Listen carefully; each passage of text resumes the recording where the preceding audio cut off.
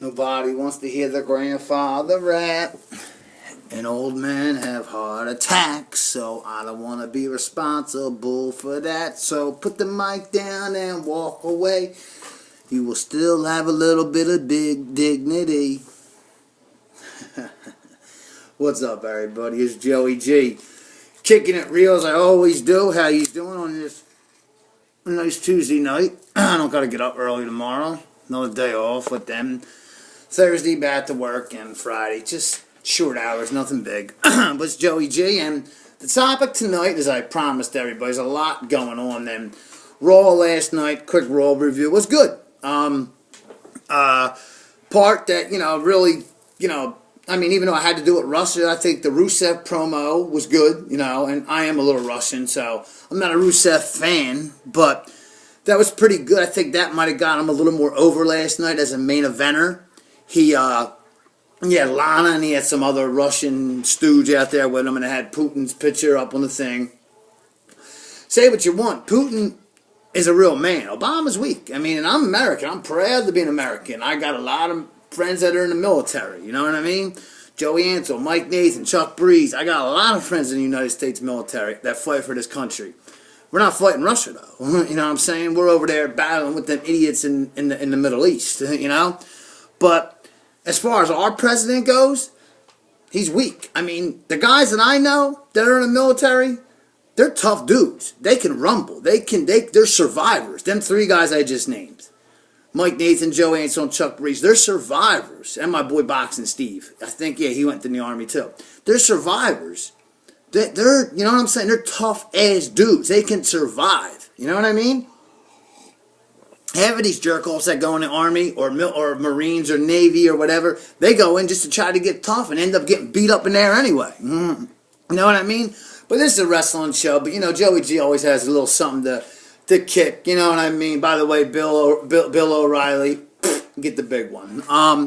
What's going on, everybody? What would happen to Triple H if Stephanie...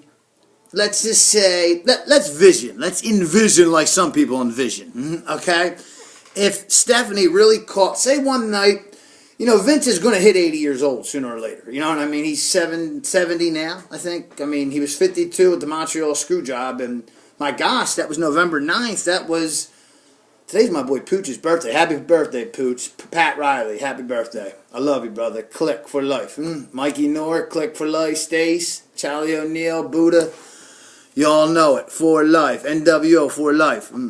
But yeah, that was, oh my gosh, 1997. That was 1997. 17 years ago.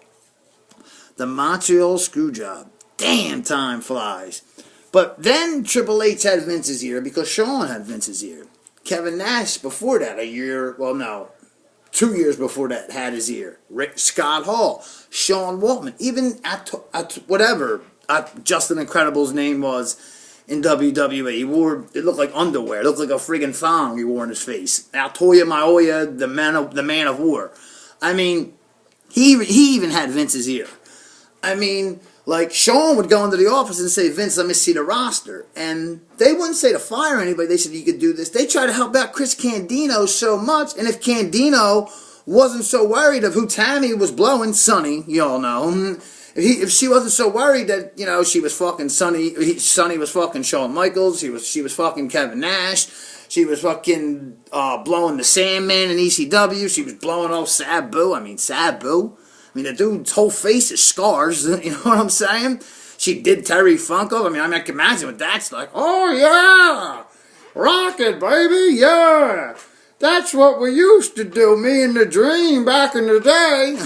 For real, I can't do a real good Terry Funk impersonation. Dean Ambrose can, though. John Moxley can. Catch him on YouTube doing a good American Dream, Dusty Rhodes, and a good Terry Funk. But what happens to Triple H? Stephanie... Just say one night Triple H has a rough night, and he's sitting back in the chair just like I am in the office, and he's like, Raw had a bad night. Something went wrong. Something happened. It was a bad night. It was a bad Raw. It didn't do a real good rating, and they needed and he's sitting in his office, and a diva comes in. I don't know. Name any diva on the roster. Paige. That's the one I think's the hottest right now. she comes in, you know, with a half top on, shorts, and she's asking Hunter shit. He has his shirt down. Hunter's a muscular guy. Just get turned on by that. I know, because I got a nice body. What do you call it? Yes. I do toot the horn. Credit. What do you call it? And, you know, things start to happen, and then Paige all of a sudden goes down on him. And then she's going down, and Hunter, just like in the White Office when Monica Lewinsky did it to Bill Clinton. And Hunter, you know, he's going to be sitting there enjoying it. You know, Hunter's face, his big ass nose will be out there. You know, he'll be smiling. You know, he'll be doing the click thing. Won't be surprised if HBK's sitting there watching him, Christian or not. He's going to be sitting there looking at it. He's a man. I mean, come on. Every man has feelings towards a girl, unless you're a fag. I mean, you get them feelings. I don't care what religion you are. You get them hormones for women. It's being a man. If you don't, there's something wrong with you. For real. But just imagine that happens. Steph walks in. I mean, Steph, you know, you could tell she has that McMahon temper. I mean, them eyes, them evil. Ah! Did you ever see when the second they went to renew their wedding vows, Stephanie and Triple H in 2002, and Hunter found out Stephanie was faking her pregnancy, and the eyes Stephanie had on her face when Triple H was walking towards the back after he pedigreed Vince and threw Stephanie by her hair. And Stephanie was like trying to pick up everything, and the look, I remember watching it live.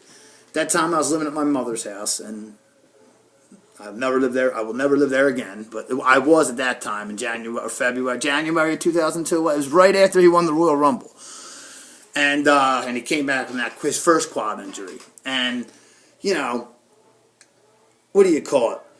She just looked evil. I mean, you know, there's like that saying that there's no like a woman scorn. Like bitches can be crazy. I mean, they can be crazy. Look at AJ. I mean, she's hot, but she's one crazy bitch. She is crazy for real. But I still pump the onion, no doubt. Click. Me and Mikey Noor, every girl's wet dream, right, Mike? Ho! That's another dork. How did Hacksaw Jim... He was the first ever Royal Rumble winner, Hacksaw Jim Duggan, 1998. Not 1998. 1998, Steve Austin won it. 1988 in Hamilton, Ontario. The first Royal Rumble was on USA. Remember the Jumping Bomb Angels, the egg roll chicks, the Chinese chicks? Y'all remember them? They were in it, I remember. And I remember Hacksaw Jim Duggan won the first Royal Rumble. Big John Studd won the second one. That was on pay-per-view. And then Hogan won them after that. And I could go on and on about the Royal Rumble. And I will. I'll do a show on the history of the Royal Rumble in a couple weeks because it's coming up and I'm going to it. You know, but that's still not till January. We're not even Thanksgiving yet. Big win for the Eagles last night, though. E-A-G-L-E-S. Eagles. Mark Sanchez. All Mark needed was... Let me break it down because I do sports on here sometimes. I know a lot of people that watch it like sports. Let me break it down to you real quick. When Mark Sanchez was in New York, he had Rex Ryan as his head coach. I like Rex Ryan. I like Buddy Ryan. When Buddy Ryan was here as coach, I was a little kid, but I liked Buddy Ryan. You know what I mean? I even liked Kotek the first year he was here because he came from that Buddy Ryan system, but we all know what happened with Kotek. When he went to the Jets, look what happened. But anyway, with Sanchez, remember, Sanchez came, he's only 28. He came in the league, he got drafted in 09. Yeah, 09 was his rookie year. That was WrestleMania 25. That wasn't that long ago. You know what I mean? WrestleMania 25. I can remember it like it was yesterday. Buddha Guns and Ace Diesel went to it, two of my best friends. I mean, they won tickets for it. They went to Houston in the Reliance Stadium and saw it.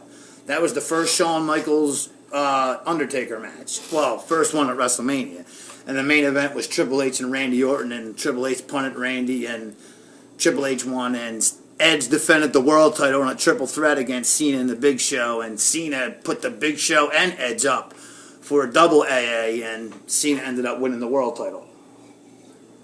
I remember it used to be weird seeing Cena with the world title. Like, that was just weird, because you're always used to seeing him with the WWE title. I remember one time it was him and Edge in the back. Edge had the WWE title on, and Cena had the world title on. It was just weird looking at it because you're used to seeing it the other way around, you know?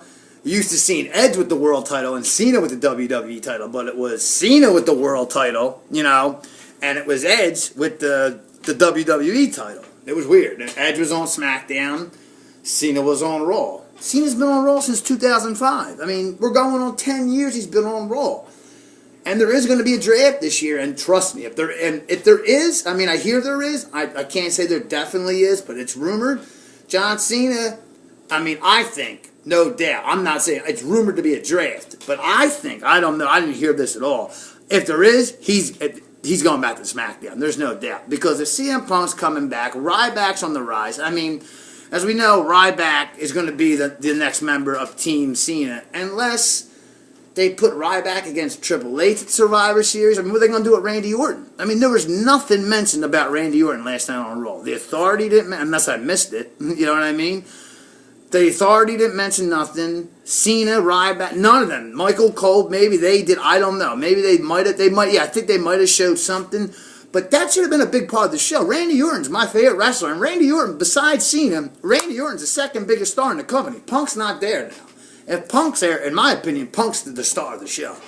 I mean, you hear CM Punk chants everywhere you go. You might hear, "Let's go Cena, Cena sucks." That's just a chant, and the people are used to. But CM Punk has got followers. Because CM Punk is what? What is he, people? For real. But what happens to Triple H if say, Stephanie called him getting a BJ? She's not going to take him back. So what does that do for Hunter? I'll tell you what it does. He might as well pack his bags and go to TNA or start his own wrestling company, or he had a gym in Connecticut, because he would be in it, because there's nothing. There's nothing. And I've heard this on the Don Tony, Kevin Castle show. I've heard it on websites. I've heard it everywhere. If Stephanie and Triple H get divorced, there is nothing in that contract, in that marriage paper, that says Triple H, Hunter Hearst Helmsley, a.k.a. Paul Levesque, has any control of the WWE World Wrestling Entertainment at all. It would all go to Stephanie and whoever she would start dating. I mean, maybe she would start, Kurt Angle's coming back. Maybe she would start something with Kurt. Maybe they would storyline it. Maybe, because remember, Triple H had Vince's ear before he got with Stephanie. Triple H had Vince's ear when he was with China. Remember Triple H, like I said before, he was with China for 5-6 years. I mean, that was his girl. And Vince was real big on China, too. Not in the beginning. He hated the idea of a woman bodyguard. He hated it. I remember on Triple H's DVD, on the McMahon DVD, he hated the idea of a woman bodyguard. When Shawn Michaels pitched that to him, but he took it because Shawn and Hunter knew what people, what fans like me, like you, like my cousin Mikey Knorr, like my boy Buddha Guns, like Charlie O'Neill, like everybody that I chill with, like Chuck Breeze. We used to rent Coliseum home videos and wrestle in my basement when we were in 4th grade. Remember, Chuck? I mean, he knows what you know what I'm saying? What we want. What we want wrestling. We want the attitude. We know we can never relive the Attitude Era. You know what I mean? But now the thing is good wrestlers, and like how could Stone Cold's persona make it in today? At least it's not TV PG anymore. It's the reality era, TVM.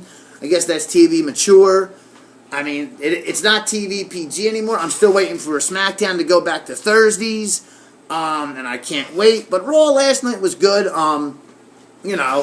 Good main event with Ryback and Cena. But we saw, Ryback's the future. I'm telling you. You could just tell as a face when he was doing them things. That dude is huge. I mean, I'm telling you, I like CM. I love CM Punk. I love Randy Orton. I love Dean Ambrose. But I don't think it's time for Dean to win the Royal Rumble.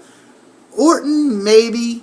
I don't think Punk would come back and win the Royal Rumble. I can't see that. I could see maybe Punk against Seth Rollins, or maybe Punk against Triple H at WrestleMania. I just think, that's my pick, Ryback to win the Royal Rumble, and we'll face Brock, excuse me. Oh, I just burped. My dinner just came out. But Ryback will win the Royal Rumble and face Brock Lesnar at WrestleMania 31 at Levi Stadium. That'll be your main event, and Seth Rollins will cash in and become the WWE World Champion at the end of the night. I say it every night at the end of this show. So after WrestleMania, March the 29th, you people could say, Joey G, you were right. You were right the whole time. As WrestleMania 31 goes off the air, and it's San Francisco, so it will just be getting dark. It's West Coast. Seth Rollins is going to be walking out with the WWE World title. This is Joey G. I'll be at you tomorrow night. Got a good little show going for you tomorrow night. I'll see you all tomorrow night. Later, dickheads. Peace.